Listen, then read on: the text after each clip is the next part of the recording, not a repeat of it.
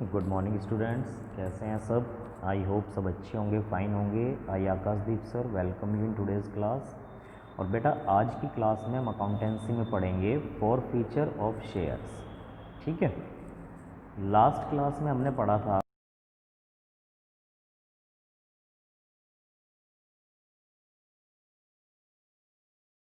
Paid ना करे तो उस अमाउंट को हम कहते हैं कॉल्सिंग एरिया। अब कंपनी बार बार शेयर होल्डर को नोटिस दे रही है कि भाई जो ड्यूज़ हैं, जो अनपेड अमाउंट है उसका पेमेंट करो, और शेयर होल्डर उस अमाउंट को पेड नहीं करता, तो फिर कंपनी उसके अगेंस्ट एक लीगल एक्शन लेगी और करेगी क्या कि जितने भी शेयर उसके पास हैं उन शेयर्स को कंपनी फॉरफिट कर लेगी, यानी कि उस शेयर होल्डर से वो शेयर्स वापस ले लिए जाएंगे। और वापस लेने के बाद कंपनी उन्हें फिर किसी थर्ड पर्सन को रीइश्यू कर सकती है। तो इसी कंसेप्ट को हम कहते हैं forfeiture of shares and re issue of shares. तो सारी एंट्रीज़ हम उसी तरह से करते चलेंगे। एप्लीकेशन की एंट्रीज़, अलॉटमेंट की entries, first call final call की एंट्रीज़। जिस टाइम कंपनी शेयर्स का फॉरफीचर करेगी उस टाइम हमें ये एंट्री देनी है, ध्यान से देखेंगे। Share capital account debit with called up value of shares, यानी कि जितने भी शेयर होल्डर के पास हैं, जिन शेयर्स पे उसने कॉल की अमाउंट पेड नहीं की, उन शेयर्स की शेयर कैपिटल को हम यहाँ पे कर देंगे डेबिट। लॉजिक क्या है डेबिट करने का? जब हमने शेयर होल्डर को शेयर अलॉट किए थे तो हमने इस कैपिटल को क्रेडिट किया था। अब उस कैपिटल की अमाउंट को हमें रिवर्स करना है, तो उतनी ही अमाउंट से इसे हम कर देंगे डेबिट। अब अगर शेयर होल्डर ने अलॉटमेंट की मनी पेड नहीं की तो to share allotment account. Shareholder ने अपने शेयर्स पे फर्स्ट कॉल पे नहीं की तो to share first call. Final call pay नहीं की तो टू शेयर फाइनल कॉल। और जितनी अमाउंट शेयर होल्डर अपने शेयर्स पे पेड कर चुका, कंपनी उन्हें एक अलग अकाउंट में क्रेडिट करेगी और उस अकाउंट को हम नाम देंगे शेयर फॉरफीचर अकाउंट। तो शेयर फॉरफीचर अकाउंट में जो शेयर होल्डर ने अमाउंट पेड की है वो क्रेडिट हो जाएगी, और जो उसकी अनपेड अमाउंट हैं वो हम separately individually allotment account, call account, first call account में शो कर देंगे। तो ये आपकी हुई फॉरफीचर की एंट्री। इम्पॉर्टेंट बात ये है कि यहाँ पे जो शेयर कैपिटल को हमें डेबिट करना है वो कॉल्ड अप वैल्यू से करना है। और कॉल्ड अप वैल्यू का मतलब ये है बेटा कि जो शेयर्स की फेस वैल्यू है उसमें से हम माइनस कर देंगे कॉल नॉट येट मेड, यानी कि अभी कंपनी ने कोई कॉल नहीं की तो उस कॉल को हमें कर देना है माइनस। इसके बाद नेक्स्ट एंट्री क्या होगी? जिन शेयर्स को कंपनी ने फॉरफीचर किया यानी कि वापस ले लिया, आगे चल के कंपनी उन शेयर्स को रीइश्यू भी कर सकती है। तो अगर कंपनी शेयर्स को रीइश्यू कर रही है, दोबारा से इश्यू कर रही है, तो उसकी जर्नल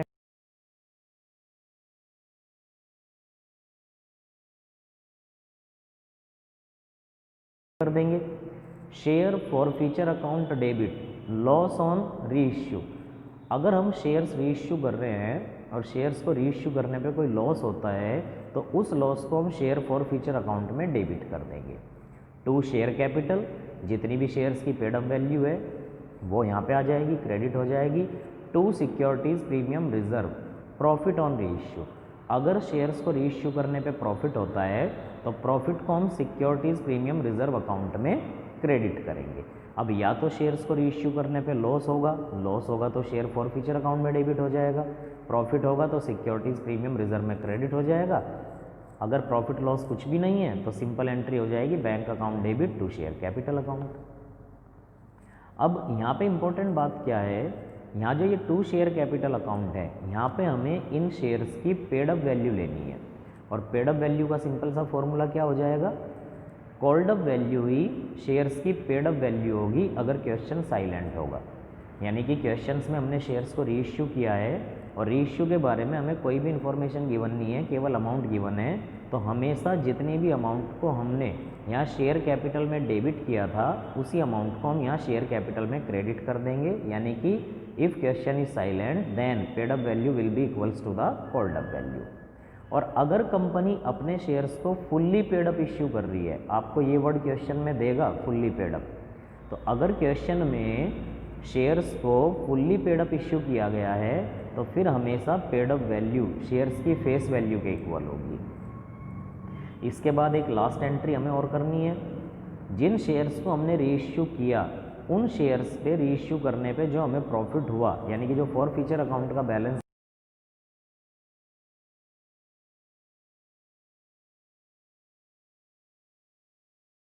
कैपिटल रिजर्व। अब इसे कैपिटल रिजर्व में ट्रांसफ़र करने का एक फॉर्मूला है, amount transfer to capital reserve हमेशा इक्वल्स टू क्या होगी, amount transfer to capital reserve always equals to amount forfeited on reissued shares, यानी कि जिन शेयर्स को हमने रीइश्यू किया है उन पे शेयर होल्डर ने कितनी अमाउंट पेड की थी, कंपनी ने कितनी अमाउंट फॉरफिट की थी, उस अमाउंट में से हम शेयर्स को रीइश्यू करने का जो लॉस है उसे माइनस कर देंगे। तो माइनस करने के बाद जो बैलेंस बचेगा उसे हमें कैपिटल रिजर्व में करना है ट्रांसफ़र। ठीक है बेटा। अब इससे रिलेटेड एक क्वेश्चन देखते हैं। ये एक क्वेश्चन है जिसमें हम फॉरफीचर को डिस्कस करेंगे। A limited registered with an authorised capital of ₹2 lakh divided into equity shares of 10 each. A limited issued 10,000 shares for subscription. Company ने 10,000 शेयर इश्यू किए हैं और जो शेयर की फेस वैल्यू है वो ₹10 है। Payable as follows, ₹2 on application, ₹3 on allotment and balance in 2 equal parts. अब आपका ₹10 का शेयर है, ₹2 तो कंपनी ने एप्लीकेशन पे ले लिए, ₹3 अलॉटमेंट पे ले लिए, तो ₹5 तो कंपनी को मिल गए। अब ₹5 का जो बैलेंस है उसे हमें 2 कॉल्स में लेना है, यानी कि 2.5 की फर्स्ट कॉल होगी और ₹2.5 की सेकंड कॉल होगी। All the shares were applied, यानी कि कंपनी को टोटल 10,000 शेयर्स के लिए एप्लीकेशन मिली है, एंड ड्यूली अलॉटेड, और कंपनी ने 10,000 शेयर्स अलॉट भी कर दिए। All money is received accept the allotment and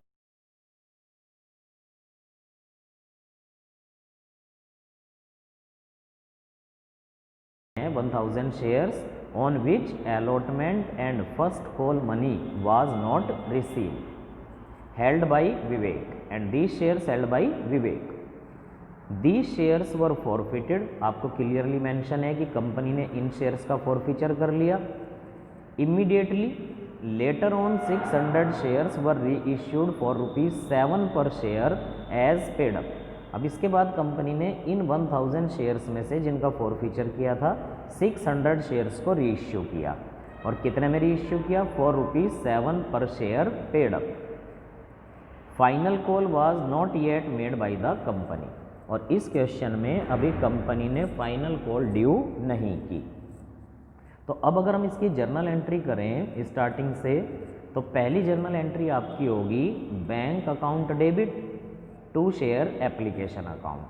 10,000 shares issue किए हैं, ₹2 पर शेयर एप्लीकेशन है, तो 10,000 इंटू 2 ₹20,000 बैंक से रिसीव हो जाएंगे। फिर सेकंड एंट्री, इसी शेयर एप्लीकेशन मनी को हमें शेयर कैपिटल में ट्रांसफ़र कर देना है क्योंकि एप्लीकेशन कैपिटल का पार्ट है।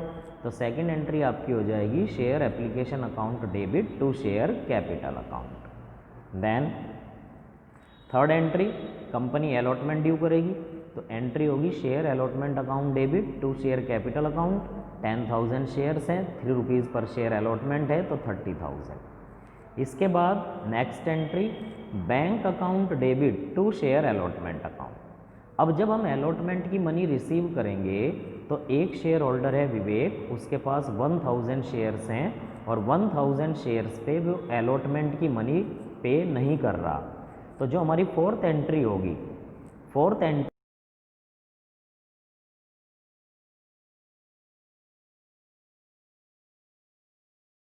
शेयर्स हैं ये, और 1,000 शेयर्स पे इसने अलॉटमेंट पे नहीं किया, अलॉटमेंट 3 पर शेयर है, तो इट मीन्स 1,000 इंटू 3 ₹3,000, ₹3,000 हमें कम रिसीव हुए हैं, तो 30,000 अलॉटमेंट हमने ड्यू किया, 3,000 माइनस करके 27,000 से हम अलॉटमेंट मनी रिसीव कर लेंगे।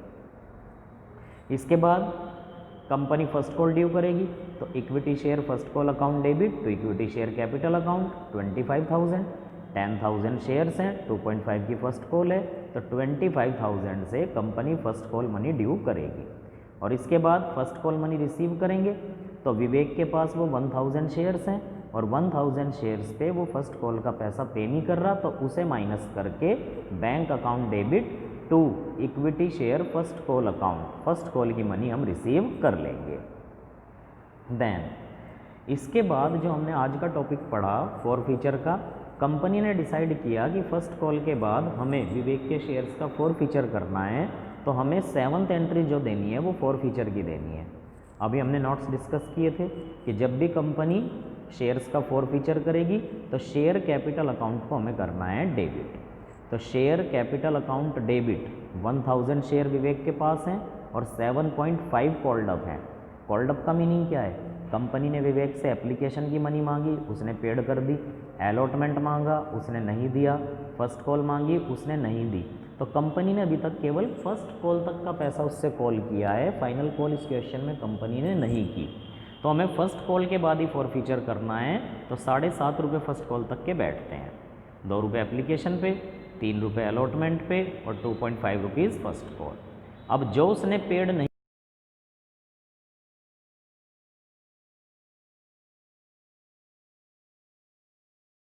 शेयर फर्स्ट कॉल अकाउंट, और जो अमाउंट उसने पेड की है, एप्लीकेशन मनी उसने पेड की है, तो उसे हम एक अलग अकाउंट में क्रेडिट कर देंगे, शेयर फॉरफीचर अकाउंट में।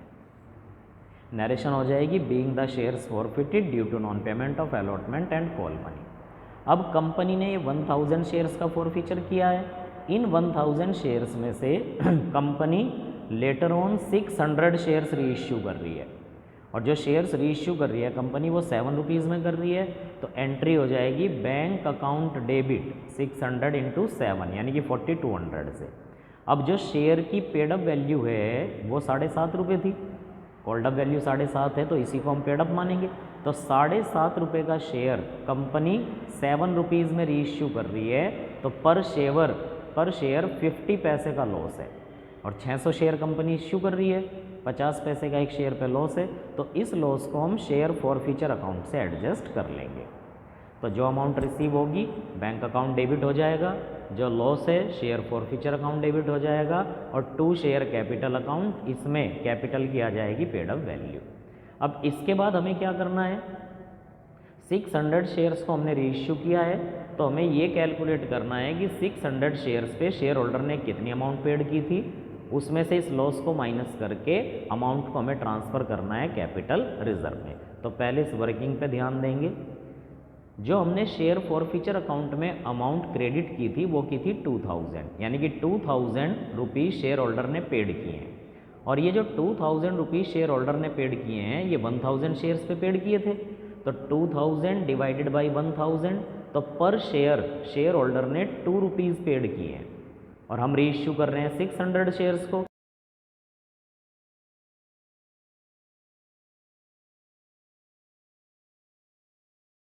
का लॉस माइनस कर देंगे तो अमाउंट बचेगी 900। इस 900 को हम ट्रांसफ़र कर देंगे कैपिटल रिजर्व में, तो उसकी एंट्री हो जाएगी share forfeiture account debit to capital reserve. यही 900 आपका आंसर बुक में दिया होगा क्वेश्चन के बाद।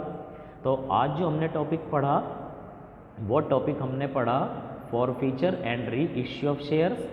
ये आपके फॉरफीचर के नोट्स हैं फर्स्ट पेज पे। सेकंड पेज पे हमने क्या किया, एक क्वेश्चन कंस्ट्रक्ट किया और उस क्वेश्चन की सारी जर्नल एंट्रीज़ की। जर्नल एंट्री में हमने फॉरफीचर की एंट्री की, रीइश्यू की एंट्री करी नोट्स के अकॉर्डिंग, और कैपिटल रिजर्व की एंट्री करी। टॉपिक हमारा कंप्लीट हो जाता है। इससे रिलेटेड जितने भी क्वेश्चन आपके हैं फॉरफीचर के, वो क्वेश्चन आप सॉल्व करना। कोई डाउट हो तो जूम क्लास पे हम इसके डाउट्स रख लेंगे। Thank you, have a nice day.